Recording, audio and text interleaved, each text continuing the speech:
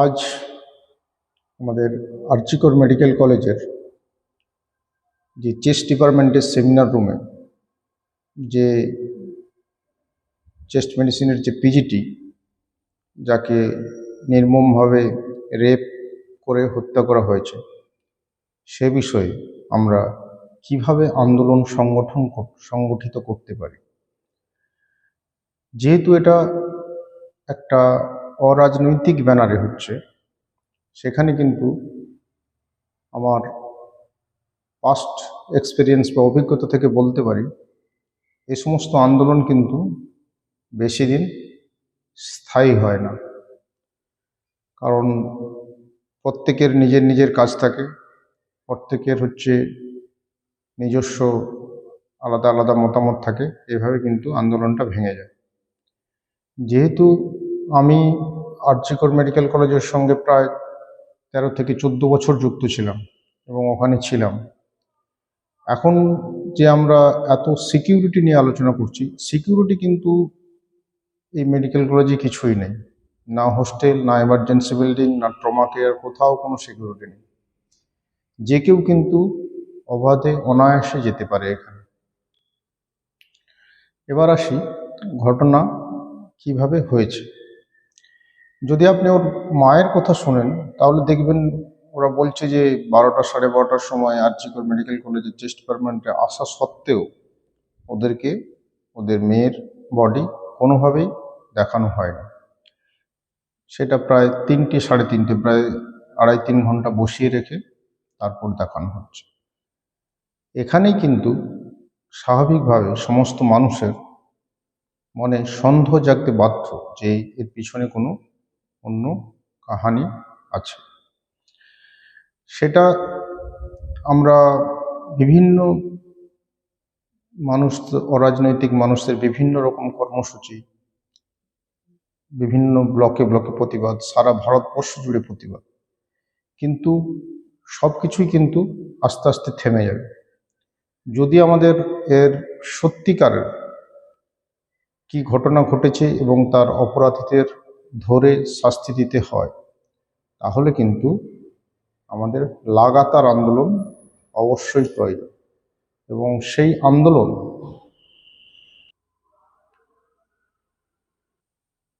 যেভাবে আমরা সংগঠিত করতে পারি, সেটা কিন্তু এই কর্মবিরতি বা এমার্জেন্সি পরিষেবা চালু রেখে কর্মবিরতি এসবের মধ্যে সম্ভব নয়।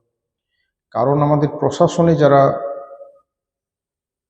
উচ্চ পদে বসে আছে, তারা জানে এসব আন্দোলনের কোনো ভবিষ্যৎ নেই। আমাদের কিন্তু হয় আমাদের অহিংসভাবেই স্বাস্থ্য ভবনে ঘেরাও এবং লালবাজার অভিযান হচ্ছে কিন্তু মেন হচ্ছে আমাদের আন্দোলনের অভিমুখ হওয়া উচিত। কারণ যা কিছু আপনি দেখবেন, সব কিছুর মূলে কিন্তু এই পুলিশ কমিশনার কলকাতার বিনীত গোয়েল।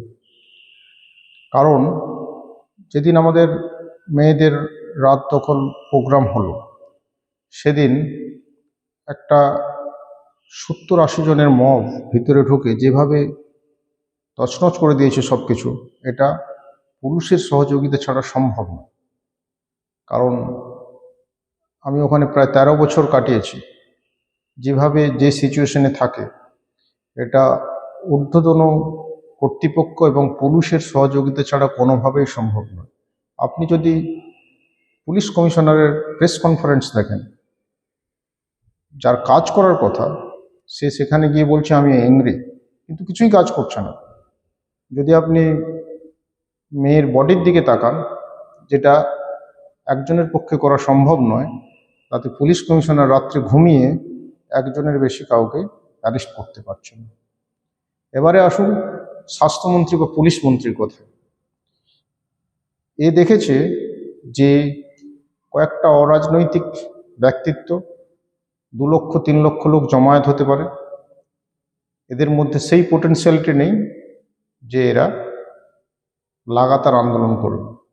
এর ফলে সেও কিন্তু নিশ্চিন্তে রাত্রিতে বাড়িতে ঘুমোচ্ছে।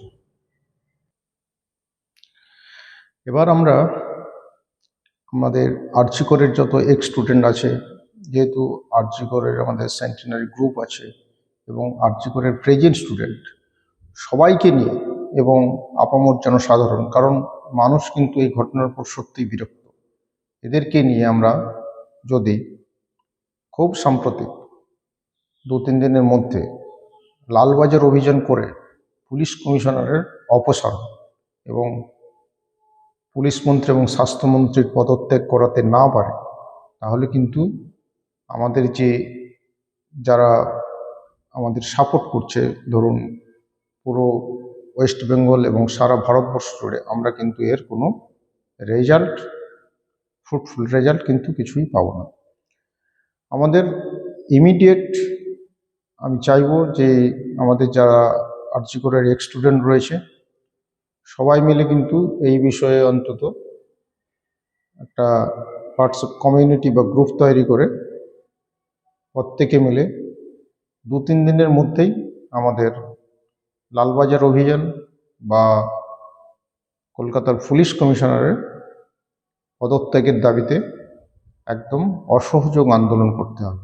আন্দোলন কিন্তু হিংসাত্মক হলে চলবে না। হিংসাত্মক হলে তাহলে কিন্তু আন্দোলনকে অন্যদিকে প্রশাসন পরিচালিত করবে। অহিংসভাবে, এবং আমরা কিন্তু অনশন আন্দোলন কিন্তু লালবাজারের সামনেই আমরা শুরু করতে পারি। যদি দেখেন আপনি, আমরা যদি 2-3 হাজার এক্স স্টুডেন্ট এবং প্রেজেন্ট স্টুডেন্ট মিলেও করি এবং আমরা পরিষেবাও সচল রেখে করি, তাহলে কিন্তু আপনি সাধারণ মানুষের সমর্থন কিন্তু সহজেই পাবেন, কারণ তারা কিন্তু আমাদের সমর্থন করার জন্য একদম এগিয়ে আছেন বা মুখিয়ে আছেন। কারণ যেদিন আরজি করে ভাঙচুর হলো, সেদিন যদি আপনারা খেয়াল করেন যে এত পুলিশ ফোর্স থাকা সত্ত্বেও তাদের কাছে কিন্তু উপর থেকে কোনো অর্ডার ছিলই না যে একটা হুলিগানসদের কন্ট্রোল করার জন্য, কারণ এই কন্ট্রোল করতে খুব একটা বেশি সময় লাগে না। তাহলে এরা করছে না কেন? নিশ্চয়ই এমন কিছু আছে যেটা বাইরে যাতে না যায় তার চেষ্টা করছে, কারণ তারা সেমিনার হল ভাঙচুর করার জন্য সম্ভবত গিয়েছিল, কারণ তাদের যা বিভিন্ন অডিও ক্লিপস, বিভিন্ন সংবাদ মাধ্যমের ক্লিপস থেকে কিন্তু সেরকমই তাদের মোটিভটা বোঝা যাচ্ছে। এবার এই যে পুলিশ বিভিন্ন দেখবেন প্রথম সারির যেসব ভিডিও বা সংবাদ মাধ্যম, তাদের কিন্তু দেখা যাচ্ছে পুলিশ কিন্তু প্রত্যেক ক্ষেত্রেই পয়সা নেয় এবং পুলিশের সততা অন্তত পশ্চিমবঙ্গে খুবই কম। কারণ আমি যতদূর যাতায়াত করি দেখি যে প্রাইভেট গাড়িগুলো দেখবেন বিভিন্ন মফস্বল এরিয়া থেকে, রুরাল এরিয়া থেকে কলকাতায় যাচ্ছে, এদের নাকি মান্থলি হয়। সেই মান্থলির টাকা কোথায় যায়, কিভাবে যায়, কেউ কিন্তু জানে না। বিভিন্ন রাস্তায় দেখবেন পুলিশ দাঁড়িয়ে দাঁড়িয়ে পয়সা তুলছে। এদের কাজই হচ্ছে বিভিন্ন জায়গা থেকে কাটমানি তোলা, এর বাইরে এরা কিছু করে না। যদি আপনার বিশ্বাস না হয়, আপনি একবার রাত্রে এদের ফোন করে দেখবেন, আপনার যা অসুবিধা হোক এরা ফোনেই তুলবে না, এরা শুধু কমিশন খাওয়ার জন্য।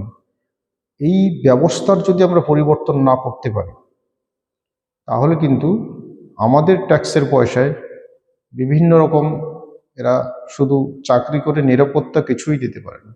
কেউ যদি চায় যে কোনো সময় যে কোনো জায়গায় আমাদের বিভিন্ন রকম একটা ধ্বংসযজ্ঞ বা হত্যালীলা চালিয়ে দিয়ে চলে যেতে পারে। কারণ এদের উপর যদি দায়িত্ব দেন, যেহেতু একটা অরাজনৈতিক দলের পক্ষ থেকে একটা আন্দোলনের ডাক বা রাত্রিতে মেয়েদের রাত দখল অনুষ্ঠান পূর্ব ঘোষিত সূচি হওয়া সত্ত্বেও যদি এভাবে ভাঙচুর চালাতে পারে, যেখানে এত পুলিশ ডিপ্লয়েড, তাহলে আপনি এদের উপর বিশ্বাস করবেন কি করে? ফলে এই পুলিশ কমিশনার, স্বাস্থ্যমন্ত্রী এবং পুলিশ মন্ত্রী এরা যতক্ষণ না রিজাইন করছে, ততক্ষণ কিন্তু আপনি এখান থেকে কোনোভাবেই মুক্তি পাবেন না। এবং তাহলে আমরা সবাইকে যদি একজোট করতে পারি, আমাদের আরজি করের এক্স স্টুডেন্ট এবং প্রেজেন্ট স্টুডেন্ট সবাইকে নিয়ে যদি আমরা একটা অহিংস আন্দোলন সংগঠন করতে পারি, এবং দরকার হলে আমাদের লাগাতার অনশন করে কিন্তু এই পুলিশ কমিশনার এবং পুলিশ মন্ত্রীর পদত্যাগ যতক্ষণ না হয় ততক্ষণ আমাদের আন্দোলন করতে হবে, না হলে কিন্তু এর সমাধান কিছুই হবে না। কারণ আমাদের যা সিকিউরিটি সিস্টেম সেটা কিন্তু একদম লুজ। আর 13 বছর আরজিকর মেডিকেল কলেজে থাকার পরেও এরকম ঘটনা ঘটতে পারে আমরা কিন্তু কোনোদিন স্বপ্নেও ভাবতে পারি না। ফলে আমাদের যারা এক্স স্টুডেন্ট আছে তাদের কিন্তু ইমিডিয়েট ফান্ড কালেকশন করে আন্দোলন সংগঠিত করা কিন্তু খুব গুরুত্বপূর্ণ। কোনো রাজনৈতিক দলের ব্যানারে নয়, অরাজনৈতিকভাবেই এটা করতে হবে, না হলে কিন্তু এর সমাধান কোনোভাবেই সম্ভব হবে না।